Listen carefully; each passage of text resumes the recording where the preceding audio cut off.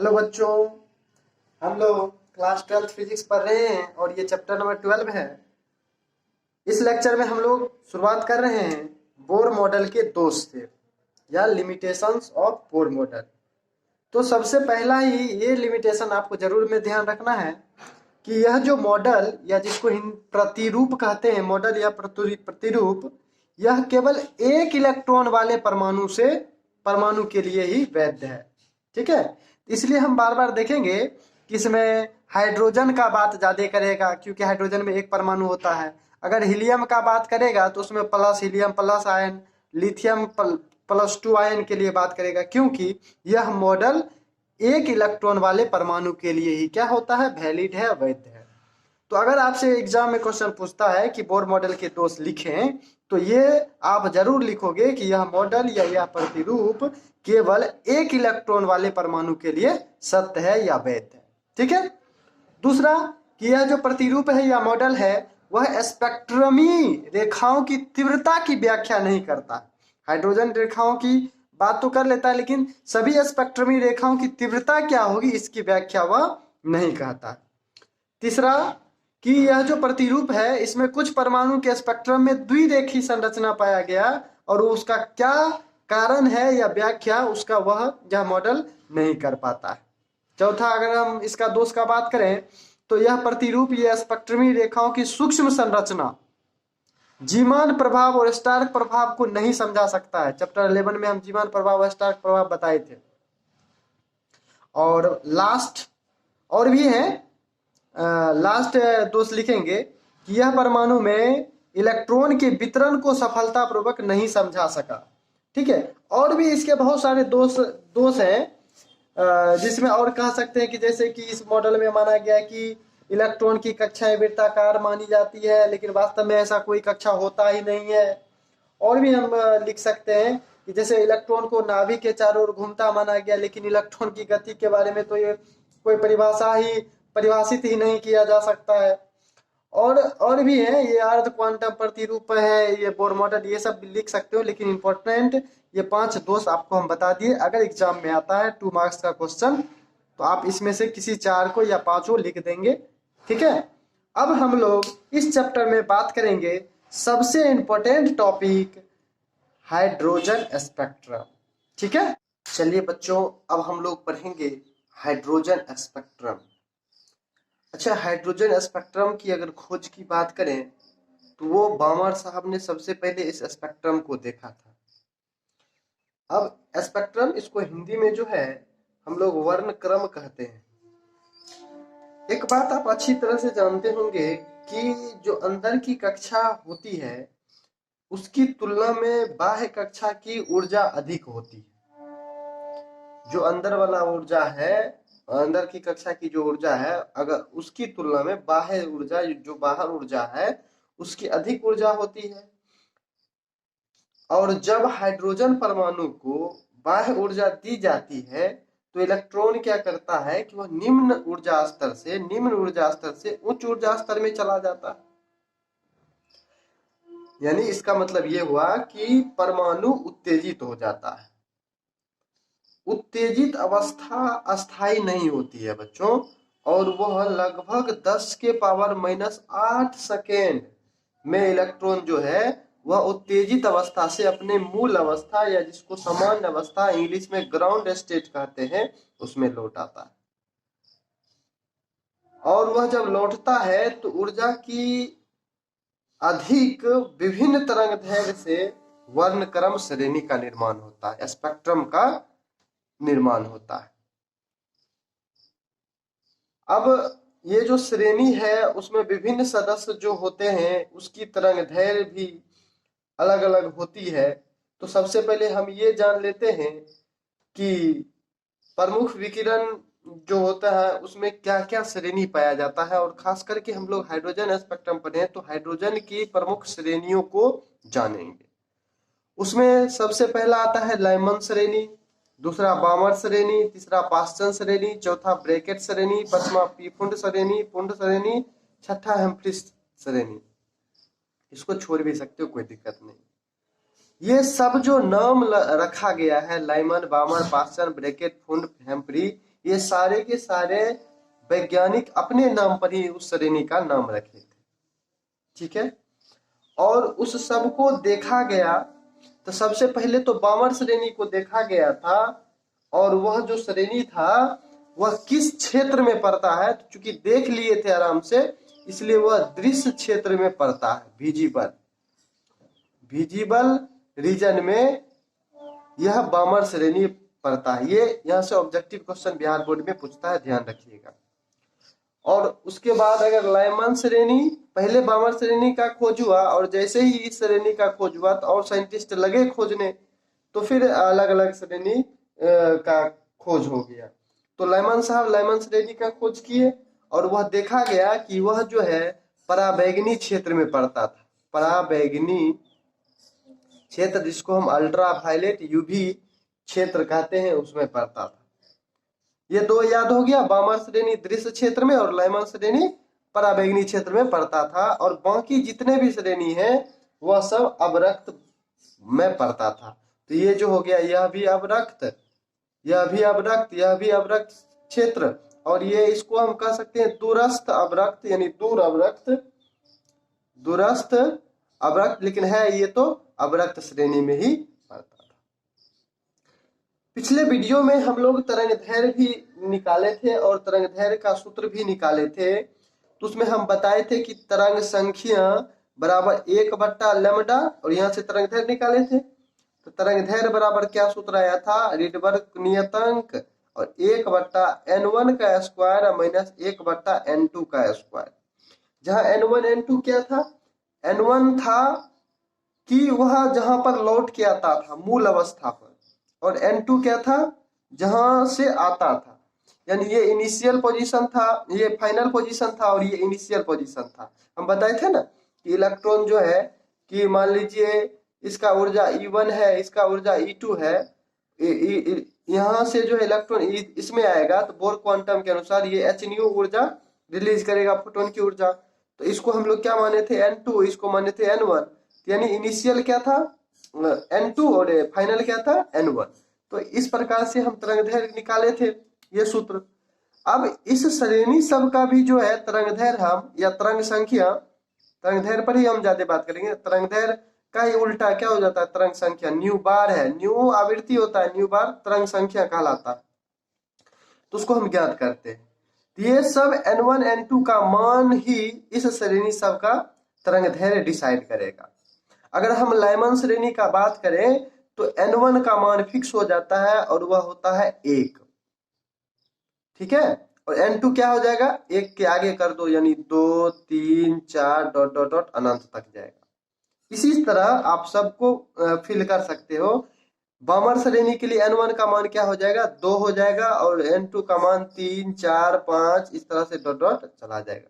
अब आसानी से आप ये कर सकते हो, पांचवा श्रेणी बिल्कुल क्रम में लिखा गया है।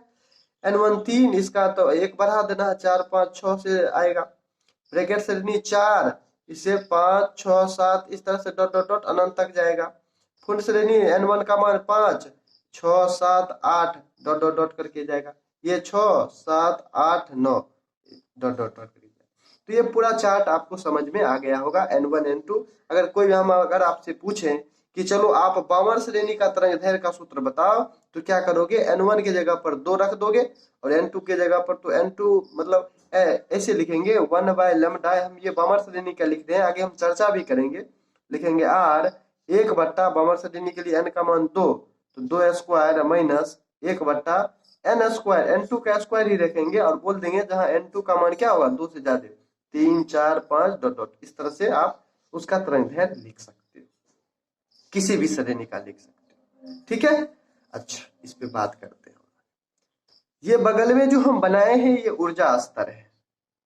ये क्या है, एक बार फिर से हम एक्सप्लेन करते हैं, हालांकि ये बात आपको पता होनी चाहिए।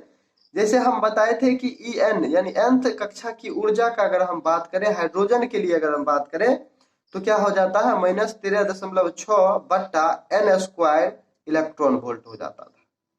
ये हम बताए सूत्र। तो इसी में हम क्या करते हैं, n का मान रखते जाएंगे, तो उस कक्षा का, उस सेल का ऊर्जा पता चलते जाएगा। जैसे E1 का मान अगर हम निकाले तो n के जगह पर हम क्या देंगे 1, तो n के जगह पर 1 मान देंगे तो 1 का स्क्वायर 1 तो 13.6 इलेक्ट्रॉन वोल्ट आएगा। इसी तरह अगर E2 का मान अगर हम निकालें, E2 का मान निकालेंगे तो n का मान 2 देंगे, 2 दूनी 4, 2 का स्क्वायर 4, 4 से भाग देंगे तो 3.4 क्या आएगा। इसी तरह से n का मान 3 रखने पर ये ऊर्जा, n का मान 4 रखने पर ये ऊर्जा, 5 रखने पर ये, धीरे धीरे ये ऊर्जा का गैप जो है वह कमता जाएगा। ठीक है, ये समझ गए कि ये कैसे वैल्यू हम लिखे हैं, आप भी लिख सकते हो। अब इसमें इसको हम रखते हैं, इस श्रेणी को रखते हैं तो क्या होगा आप देखिए, जो है लाइमन श्रेणी जितना भी होगा वह क्या होगा 1 पे आके रुकेगा, यानी उत्तेजित अवस्था से लाइमन श्रेणी क्या करता है, पहली कक्षा में वो उछाल द्वारा उत्पन्न होता है, यानी पहली कक्षा पर आता है। यानी इस श्रेणी में क्या होगा कि अगर पहला अगर हम बात करें तो क्या हो जाएगा 2 से 1 पर आएगा, जितना भी रेखा होगा वह 1 पर आएगा लाइमन श्रेणी में। दूसरा क्या होगा देखिए n2 का मान 3 से आएगा, एकदम 3 से आएगा 1 पर, 4 से आएगा 1 पर, 5 से आएगा 1 पर, 6 से आएगा 1 पर, 7 से आएगा 1 पर, इसी तरह से ये डॉट डॉट डॉट अनंत होगा तो अनंत से आएगा 1 पर। ठीक है, तो ये बात आप समझ गए। तो यानी आप इसमें क्या देख रहे हो कि लाइमन श्रेणी में जितने भी ये जो रेखा है स्पेक्ट्रम पाए जाते हैं वो सभी के सभी किस पे आ रहे हैं 1 पर। इसीलिए हम 1 और ये 2 3 4 का मतलब आप समझ गए कि दूसरा से पहला पर आएगा, तीसरा से पहला पर आएगा, चौथा से पहला पर आएगा। इस तरह से ये जो स्पेक्ट्रम पाया गया ये लाइमन श्रेणी था और ये किस क्षेत्र में पड़ा था, पराबैंगनी क्षेत्र। इसी तरह से हम सभी ऊर्जा स्तर को, हाइड्रोजन की सभी ऊर्जा स्तर को हम देख लेते हैं। और एक बात और, ये जो 2 से 1 पे आ रहा है इसको जो हम कहते हैं प्रथम रेखा कहते हैं। कोई भी श्रेणी का ये जो पहला जो आएगा उसको हम प्रथम रेखा कहेंगे। ये जो 2 से 1 पे आ रहा है इसको हम क्या कहेंगे, प्रथम रेखा, और उसको अल्फा रेखा भी कहते हैं। प्रथम रेखा या अल्फा रेखा, ये अल्फा रेखा, ये द्वितीय रेखा यानी इसको बीटा रेखा कहेंगे, ये तृतीय रेखा इसको हम गामा रेखा कहेंगे, और सबसे लास्ट वाला जो होगा जो अनंत से आएगा उसको हम लोग सीमांत रेखा, उसको हम लोग सीमांत रेखा कह देंगे। ठीक है, अंतिम रेखा या सीमांत रेखा उसको हम कहेंगे। ठीक बात, इतना बात समझ गए। तो ये लाइमन श्रेणी का स्पेक्ट्रम हो गया। अगर हम बामर श्रेणी का अगर हम बात करें तो बामर श्रेणी में सभी कहां पर आएगा, 2 पर आएगा।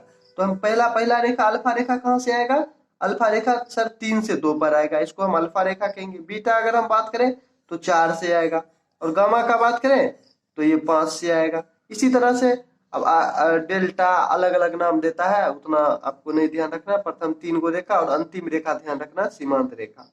ठीक है, और ये किस क्षेत्र में पड़ेगा, दृश्य क्षेत्र में, विजिबल रीजन में। बामर साहब खोज किए थे इसलिए बामर श्रेणी इसको कहते हैं। ठीक है, ये आपका हो गया बामर, ये हो गया आपका लाइमन। अगला बात करें अगर हम पाश्चन का बात करें कि सभी के सभी 3 पर आएंगे, नहीं ये देख रहे हैं सभी 2 पर आ रहे हैं, इसमें सभी 3 पर आएंगे। तो पहला रेखा 4 से 3 पर, दूसरा 5 से, तीसरा 6 से, चौथा 7 से, इसी तरह अंतिम वाला अनंत से। और ये क्या हो जाएगा हमारा पाश्चन श्रेणी। और अब जो होगा ये सभी के सभी अवरक्त क्षेत्र में पड़ेंगे बामर के बाद। ठीक है, इसी तरह से आप बता दो ब्रैकेट श्रेणी, यहां से सभी के सभी किस पे 4 पर आएंगे, इसको हम क्या कहेंगे ब्रैकेट। फुंड का बात करें तो 5 पे आएंगे सभी के सभी, अंतिम वाला आएगा। और हेम्फ्री का बात करें तो सभी के सभी 6 पर आएंगे। तो ये सभी जो क्षेत्र है हमारा अवरक्त क्षेत्र में पाया जाएगा। तो उम्मीद करते हैं कि ये चार्ट आपको समझ में आया होगा। ठीक है, अब हम लोग डिटेल में इस सभी श्रेणी को लिख लेते हैं, पढ़ लेते हैं, बाकी समझा दिया है अच्छे से। ठीक है, तो बच्चों अब हम लोग विभिन्न श्रेणी का डिटेल व्याख्या देखते हैं। पहला श्रेणी हम लोग का था लाइमन श्रेणी, और अच्छे से एक श्रेणी को अगर आप समझ जाइएगा तो बाकी सभी श्रेणी को समझ जाइएगा, इसलिए बढ़िया से देखिएगा। लाइमन श्रेणी क्या कहता है, जब हाइड्रोजन का परमाणु किसी ऊर्जा स्तर से प्रथम ऊर्जा स्तर यानी n बराबर 1 पर आता है, प्रथम ऊर्जा स्तर पर आता है, तब यहाँ पर छूट गया है, प्रथम ऊर्जा स्तर पर आता है, यहाँ पर लिख लीजिएगा आता है। आता है तब उत्सर्जित स्पेक्ट्रम की रेखाएं स्पेक्ट्रम के पराबैंगनी भाग में मिलती है। इन रेखाओं की तरंगदैर्घ्य निम्न रूप से ज्ञात किया जा सकता है। n1 की जगह पर 1 रख दीजिए और n2 रहने दीजिए और बता दीजिए कि n2 बराबर ये होगा। हम पहले भी चर्चा किए। एक बात और लिख सकते हैं कि लाइमन हाइड्रोजन स्पेक्ट्रम की इस सीरीज रेखाओं की खोज लाइमन साहब ने 1916 ईस्वी में किया था और उन्हीं के नाम पर इस श्रेणी को लाइमन श्रेणी कहा जाता है। अब अगर हम बात करें लाइमन श्रेणी के विभिन्न सदस्य की बात करें, जिसमें हम बात कर लेते हैं प्रथम रेखा, द्वितीय रेखा और सीमांत रेखा, ये 3 बात करते हैं। ध्यान रखिएगा एक बात कि कोई भी श्रेणी है उसकी प्रथम रेखा या प्रारंभिक रेखा जो होगी उसको हम लोग अल्फा रेखा कहते हैं। बीटा रेखा हम किसको कहेंगे? तो वह किसी भी श्रेणी का द्वितीय रेखा को कहेंगे। यानी ये जो प्रथम रेखा है इसको हम क्या कहेंगे? अल्फा रेखा। इसको क्या कहेंगे? बीटा रेखा। तृतीय श्रेणी को हम गामा रेखा और अंतिम जो श्रेणी होगा उसको हम सीमांत रेखा, गामा, उसके बाद भी अगर हुआ तो डेल्टा, इस तरह से। लेकिन मुख्य रूप से ये 3 और लास्ट वाला सीमांत रेखा, ये ध्यान रखिएगा। एक बात और कि प्रथम रेखा का जो होगा तरंगदैर्घ्य लेमडा वह अधिकतम होगा, मैक्स होगा। अब लेमडा अगर अधिकतम तरंगदैर्घ्य अधिक हुआ तो आवृत्ति क्या होगा? न्यूनतम होगा, क्योंकि उसका उल्टा होता है तो न्यूनतम होगा। ठीक है। अगर आपसे पूछे कि लाइमन श्रेणी का बताइए सबसे अधिक तरंगदैर्घ्य किसका है, तो आप उस स्थिति में क्या करोगे? n1 का मान तो 1 होगा तो प्रथम रेखा का आप तरंगदैर्घ्य निकाल लोगे, तो n2 की जगह पर हम 2 रख देंगे। तो वह प्रथम रेखा का जो तरंगदैर्घ्य ज्ञात होगा उसकी वही जो है उस श्रेणी का सबसे अधिक तरंगदैर्घ्य होगा। देखते हैं। तो प्रथम रेखा की स्थिति में क्या बता दिए? n1 बराबर 1 और n2 बराबर 2। इस समीकरण में हम रख देंगे n2 का मान 2, तो आ जाएगा 3r/4। r का मान रिडबर्ग कौन नियतांक है, मान रखेंगे तो इतना मान आ जाएगा 1216 × 10⁻10 मीटर, या इसको हम 10⁻10 मीटर को एंगस्ट्रम कहते हैं, तो 1216 एंगस्ट्रम। ऑब्जेक्टिव में अगर आपसे हम पूछें कि बताओ लाइमन श्रेणी का सबसे अधिक तरंगदैर्घ्य बताओ कितना होगा, तो वह प्रथम रेखा का होगा और वह कितना होगा? 1216 एंगस्ट्रम। इसी प्रकार द्वितीय रेखा या बीटा रेखा का अगर हम तरंगदैर्घ्य निकाले तो उसके लिए n2 का मान क्या रखेंगे? 3, और लाइमन श्रेणी है तो n1 का मान 1 होगा, रख देंगे इसमें, तो आ जाएगा 1026 एंगस्ट्रम। आप निकाल सकते हो किसी भी रेखा का आप इस सूत्र की सहायता से। और सीमांत रेखा का बात करें, अंतिम रेखा, तो उसका क्या हो जाएगा? n2 का मान इन्फिनिटी रख देंगे, इन्फिनिटी ये तो 0 हो जाएगा और 1 का स्क्वायर 1 तो r बच जाएगा, यानी लैम्डा बराबर 1/r, और इसको उल्टा करेंगे तो 912 एंगस्ट्रम आ जाएगा। ये सबसे अंतिम या सीमांत रेखा प्राप्त हो जाएगा। तो ये हुआ बच्चा लाइमन श्रेणी। ठीक है। अब इसी में अगर हम सुधार करते जाए तो विभिन्न श्रेणी का स्पेक्ट्रम हमको प्राप्त होते जाएगा। अगर हम द्वितीय रेखा का बात करें, दूसरा कौन था? दूसरा क्या था हमारा लाइमन के बाद? बामर। तो इसी में देखिए हम कर रहे हैं सुधार, 2 नंबर बामर कर देंगे। तो बामर श्रेणी क्या होगा? इसमें हम क्या लिखेंगे? जब हाइड्रोजन का परमाणु किसी ऊर्जा स्तर से द्वितीय ऊर्जा स्तर में पहुंचता है, द्वितीय कर देंगे। द्वितीय ऊर्जा स्तर यानी n1 का मान 2 में पहुंचता है या आता है, तब उत्सर्जित स्पेक्ट्रम की रेखाएं स्पेक्ट्रम के किस भाग में पड़ता था? दृश्य भाग में। दृश्य भाग में मिलती है और इन रेखाओं का तरंगदैर्घ्य क्या हो जाएगा? यहाँ पर n1 का मान 2 हो जाएगा तो 2 का स्क्वायर है, n2 का स्क्वायर ही रहेगा, और n2 का मान 3 से शुरू हो जाएगा अनंत। देखिए कितना आसान है। अब अगर हम इस बामर श्रेणी का भी अगर हम निकालेंगे तो निकाल सकते हैं आराम से। बामर श्रेणी के विभिन्न सदस्य, प्रथम रेखा, उसके लिए भी लैम्डा मैक्सिमम, तो n1 n2 में आपको चेंज करना पड़ेगा। n1 का मान क्या हो जाएगा? 2, n2 का मान प्रथम के लिए 3, इसमें क्या हो जाएगा? 2, और इसके लिए n2 का मान 3, द्वितीय रेखा के लिए n1 4 हो जाएगा, और इसी तरह से ये हो जाएगा 2 और अनंत। तो इस सूत्र की सहायता से यहाँ पर हम सूत्र लिख देंगे इसमें और निकाल देंगे। तो आप इसको कैलकुलेट कर लीजिएगा, इस डाटा को आप कैलकुलेशन कर लीजिएगा, n1 का मान n2 का मान इसमें रख के। तो आपको अगर हम बता दें, ये 3 से जो 2 पर आएगा प्रथम रेखा, उसका जो तरंगदैर्घ्य पाया गया था वो 6563 एंगस्ट्रम पाया गया था, और ये इसलिए भी याद रखना है आपको क्योंकि ये सबसे बड़ी तरंग दैर्घ्य वाला था। और सबसे छोटी तरंग दैर्घ्य इसका आएगा सीमांत रेखा का क्या, अनंत से 2 पर के लिए, और वह आया था बामर श्रेणी के लिए 3646 एंगस्ट्रम। ठीक है, ये बामर श्रेणी का बात हो गया। और बामर श्रेणी 1885 में बामर साहब देखे थे और इसका अध्ययन किए थे। ठीक है, और एक बात ये याद रखेंगे कि बामर श्रेणी में एक बात याद रखेंगे कि जो 4 जो प्रथम श्रेणी है कौन कौन, H alpha, H beta, H gamma और एच डेल्टा, ये प्रथम 4 जो श्रेणी पाया गया था, प्रथम रेखा, द्वितीय रेखा, तृतीय रेखा, चतुर्थ रेखा। ठीक है, तो उसके लिए इसका जैसे हम एच अल्फा का मान बता दिए आपको 6563, इसके लिए जो है 4861, इसके लिए 4340 एंगस्ट्रम में सब, और इसके लिए 4102 एंगस्ट्रम, ये सब पाया गया था। और ये सभी क्षेत्र दृश्य क्षेत्र में पड़े थे। इसके बाद जितना भी क्षेत्र आया था वह सभी पराबैंगनी क्षेत्र में ही पड़ा था।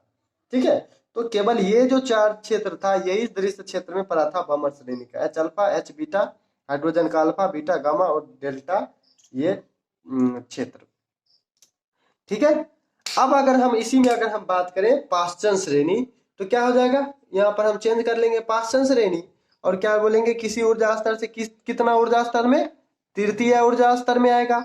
और वह किस भाग में, अब सबके सब अवरक्त में ही पड़ेंगे, तो अवरक्त भाग में मिलता है। और यहाँ पर क्या चेंज कर लेंगे, यहाँ पर n1 का मान 3 चेंज कर लेंगे, तो हो जाएगा पाश्चन श्रेणी। इसी आधार पे है जो आप सारे श्रेणी को हम कहें, और n2 का मान यहाँ कहाँ से शुरू होगा, 4 से शुरू हो जाएगा। ठीक है, प्रथम रेखा, द्वितीय रेखा, सीमांत रेखा, पाश्चन श्रेणी का आप निकालना और कमेंट करना कि पाश्चन श्रेणी का सबसे लंबा तरंग दैर्घ्य या प्रथम रेखा का तरंग दैर्घ्य कितना है। ठीक है, पाश्चन श्रेणी हो गया। इसी तरह ब्रैकेट श्रेणी यहाँ देंगे तो लिखेंगे किसी ऊर्जा स्तर से चतुर्थ ऊर्जा स्तर में आता है और अवरक्त भाग में ही पड़ता है। यहाँ पर चेंज कर लेंगे, 4 का मान n1 का मान दे देंगे। पी फुंड में क्या हो जाएगा, किसी ऊर्जा स्तर से पंचम ऊर्जा स्तर में आएगा। ठीक है, और वह भी अवरक्त में या दूर अवरक्त में पाया जाएगा। और इस समीकरण लिख लेंगे इसको हम। और इसी तरह से हेम्फ्रीज का भी आप लिख लेंगे कि छठा ऊर्जा स्तर में आएगा। तो इस तरह से हम जो है पूरा ऊर्जा स्तर को समझ गए और हमारा ये जो हाइड्रोजन का स्पेक्ट्रम वाला बात है ये खत्म भी होता है। ठीक है, धन्यवाद।